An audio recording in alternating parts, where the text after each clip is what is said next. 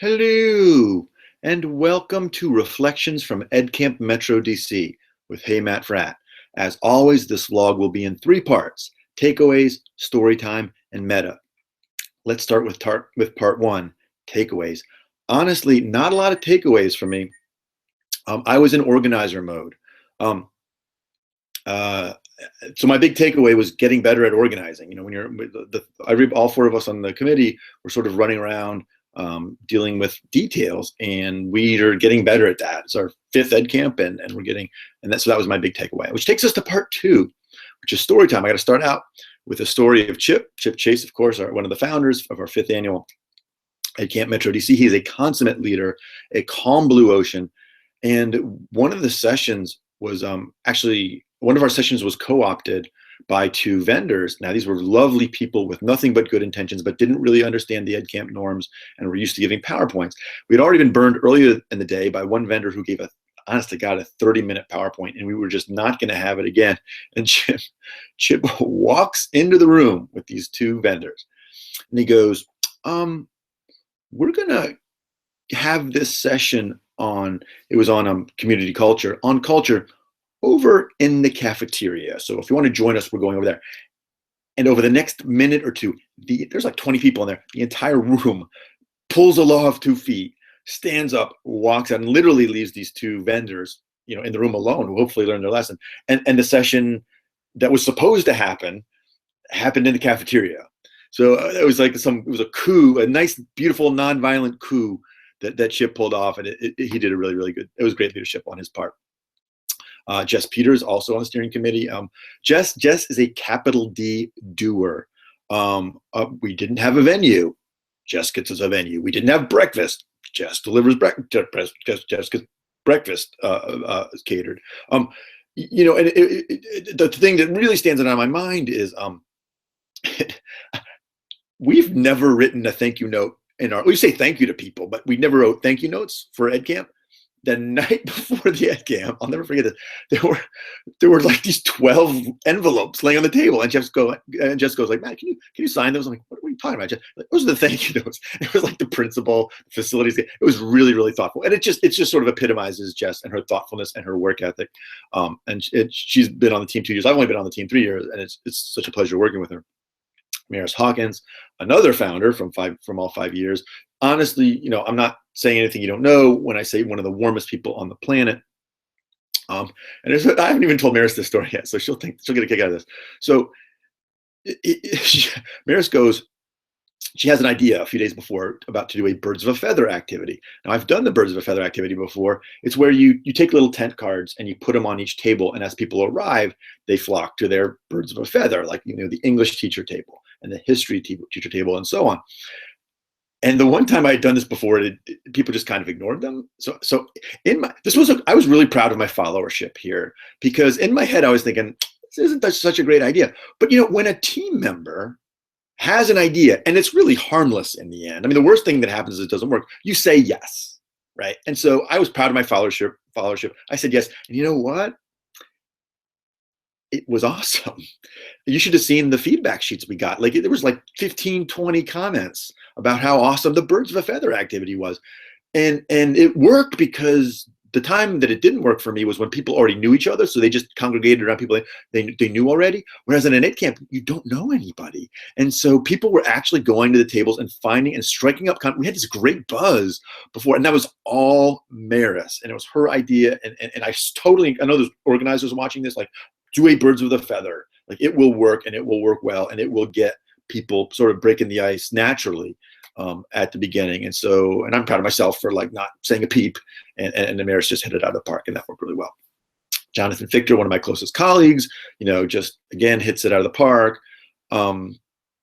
He doesn't have time to be on the committee, but we desperately needed him to do the board. He just does the board, right? Puts it on the line, does the sticky notes, did an amazing job. And I like to call Jonathan after the fact. Like, he's the first person I call from an objective point of view. Jonathan, what'd you think? And we talked for quite a bit. And the two sort of takeaways from that conversation, one was we had to talk about vendors. And I think I haven't talked to the team about this yet, but what I want to do is buttonhole them. And in a really kind way, just say, here are the rules. are you sure you understand them? That there's no PowerPoints, and your job really is to listen to your customers, not to pitch your product. And if you want to pitch your product, you get 1 minute at the end, just like everybody else. Other than that, there's really no reason to mention it unless it comes up in the course of the conversation. And the other one was, we knew we were going to need about 60 people. We chose 4 rooms. 4 rooms, 15 people, makes sense. But the reality is that it doesn't, math doesn't work that way. It works out as like there's a room of 20, a room of 25, a room of 5, and a room of 10. And the 20 and the 25 were like the best sessions, and you couldn't really, it's hard to get words, and more on that later. But like, I'm thinking about like divide by 10 now. We were talking about it, right? So maybe 6 rooms. And if some of them are dwindle and die away, that's okay, because it just creates more everybody. And that came out in the feedback sheets. Like a half dozen or more people said, I didn't feel like there was a lot of air time in the room. So those were 2 interesting things that came out of the conversation with Jonathan. I have not run them by the team yet, but I'm going to want to do that. Charlie Shyrock, what do you say about this guy? Like, I got to tell one of my favorite Edcamp stories of all time from last year, Edcamp MetroDC. He puts on the board a breakout EDU. Now, I was relatively new then. I didn't know what it was. I attended the session. And we go in there, and Charlie's like, he didn't have the box with him because he was always in the box. And he goes, I've never done a digital breakout EDU, but let's try it, right? So having never done one, a workshop breaks out, and it was one of the best Edcamp sessions I learned. We did a breakout. Like there were like 4 or 5 teams. We did the little sign breakout, I broke out thing, and it was like magic. It was like pure Edcamp magic, right? Having never used a tool before, he taught a tool, and of course we brought him back this year, and he did it again, and he did, of course, a sensational job. And he brought his colleague Gerald around, who was awesome too. I hope to talk to him more in the future. And easily the most powerful session, I think, was the one on school culture. That was the one that went for an hour, and then it went for another hour that got bumped to the cafeteria. So it was all sort of one, and we had a super diverse group of educators, and this conversation just had so many insightful people. Khadija Kemp just killed it. I mean, just told some of the most powerful stories about the week that she had, and Tara, who was a really thoughtful administrator, and Lapita, and Mr. Kaz, who I've known for a while, just so articulate. Mr. Jeremy McClary, one of the most passionate teachers you will ever meet, was bringing it in that session. Ditto for Casey Siddons, a newcomer to our Edcamp. Loved having him.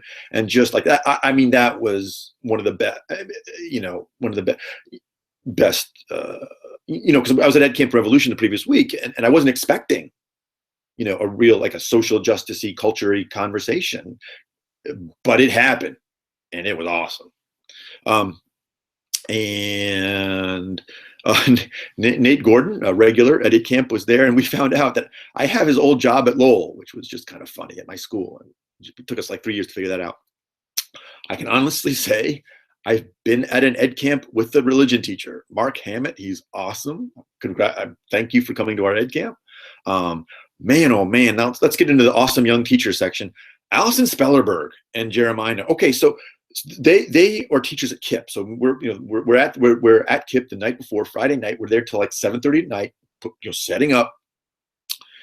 And as I'm walking out the door, Allison and Jeremiah are still there working, getting ready for Earth Day.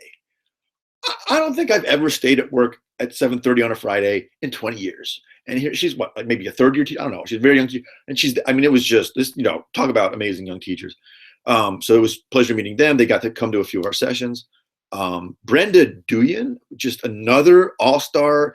Some people go to conferences to show how smart they are. She wanted to learn to help her students. In fact, Brenda's so awesome. She pulled me out of a session. It was like, Matt, you got to teach me screen capture. And we have this 10-minute conversation during a session about screen capture. She really wanted to know, and she wanted to know then. And we ultimately came around to explain everything. But that was not the point. The point was she just wanted to learn tools to help her students. So much admiration for Brenda. Another, Ashley Rose, who I'd met at some other Edcamp.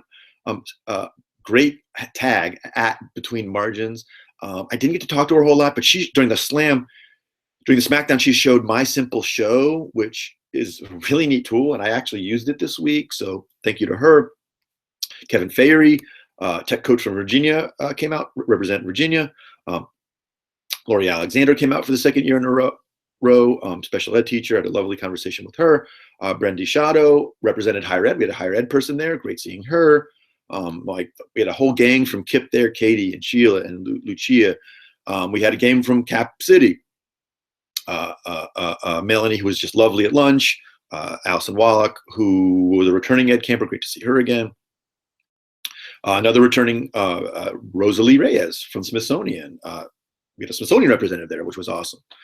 Two people who I was in like chat mode. I didn't talk to Nick. For organizers, I strongly recommend a Twitter session, a Twitter workshop. We don't do many workshops. We had a Twitter workshop and we had a Break EDU workshop. Have a Twitter workshop because Twitter is so important. It's like one thing I like to say is, Twitter is the force. It's the force that binds all teachers together. It is wildly flawed, just like the force is, right? There's a dark side to Twitter, but it's the best thing we have right now, and we desperately need to work together as right now. And so anyway, we had this Twitter session, and two young teachers, Nick and Julie. So enjoyed meeting them. Sasha Taylor Blades was there as well, who I met at Edcamp Maryland recently. Simon Cantor, who I've known for a long time. He works at a small school. The neatest thing about Simon is, I'm an ed tech. I don't want to see servers. I don't want to see access points. And Simon's one of those rare people who can do both. He has to do both because he's at a small school, and he can do servers and he can teach. And he's just a neat guy. He's not on Twitter yet. I'm gonna have to email this to him. Simon, would you get on Twitter already, please? You're killing me. He's amazing. Andrea Short from AMCPS was there. It was fantastic. Cappy from River School, loved meeting her. I met Patricia Riley and Fred Sisk at GDS not long ago from Sandy Springs. We had a long conversation about PBL. That was fascinating. We had one third workshop on coding, put on by Cyril and Tom, two legit coding high school teachers. So thank you to those guys. And Rob Fleischer, who I didn't talk to a whole lot, from Common Lit, who I'd heard of somewhere before, but he did a vendor the right way. Rob came, he showed up, he did a lot of listening and a little participating, and he did his pitch during the SmackDown at the end like everybody else did. So thank you, Rob, for being, I don't want to ban vendors, right? That's not the point, but he did it right. So thank you so much for that. Let's get on to finally part 3, which is meta, where we talk about Edcamp itself. I give ourselves a solid A. Yeah, we had some bumps in the road, but the feedback sheets were phenomenal. People loved it. I'm so grateful. But here's my question. Okay, so we know when I want to talk about over participation. When someone when those vendors really over participated, we instituted the law of 2 feet, right? But what do you do when someone over participates kind of a little? And we had this problem, like when there's 25 people in the room, you get about 2 minutes of FaceTime, and some people are going way longer than that. And I don't care. In my book, and it wasn't like Charlie talked a lot about Break EDU, but he's like nobody else knew much about it. We were talking about school culture, which everybody knows about. Everybody in the room should be participating, and some people were taking up a lot of FaceTime. And I'm sorry, what that tells people is I'm an expert. I know, and it's really not okay. And it's not just me who thinks this. Like 7 or 8 people on the feedback sheet said that. Justin Schleider said it in his blog last week at Edcamp Revolution. This is not just crazy Matt Fratt talking here. This is a thing that, and I think I'm gonna post this in the organizer room, because what do we do? I mean, you're not going to leave the session, and it's not that bad. It's not like they're taking up 10, 20, 30 minutes. But what do we do? Do you talk to them after the session and remind them of the norms? I would never do this without the support of my team. And I officially, all you can do is law of 2 feet, right? That's officially all you can do according to the rules. But I don't know about you. I've been transformed over the last 100 days. I've had it. We've got a monster for a president, and the world's on fire, both figuratively and literally. We just don't have time, right? We don't have time. So, I'm inclined to really gently and thoughtfully remind people of the norm, not name names, but if someone kind of goes a little long, just remind the whole room, hey, the smartest person in the room is the room. Please, in fact, invite people. Justin did that last week at Revolution. He's like, is there anyone in the room who would like to talk, who hasn't talked yet? And 3 people chimed in. I talked about this in my last blog. So how do we do this? I'm not going to do that, by the way, that whole without blessing from the team. But it's an idea. It's just an idea. Okay, I think that's it for this reflection.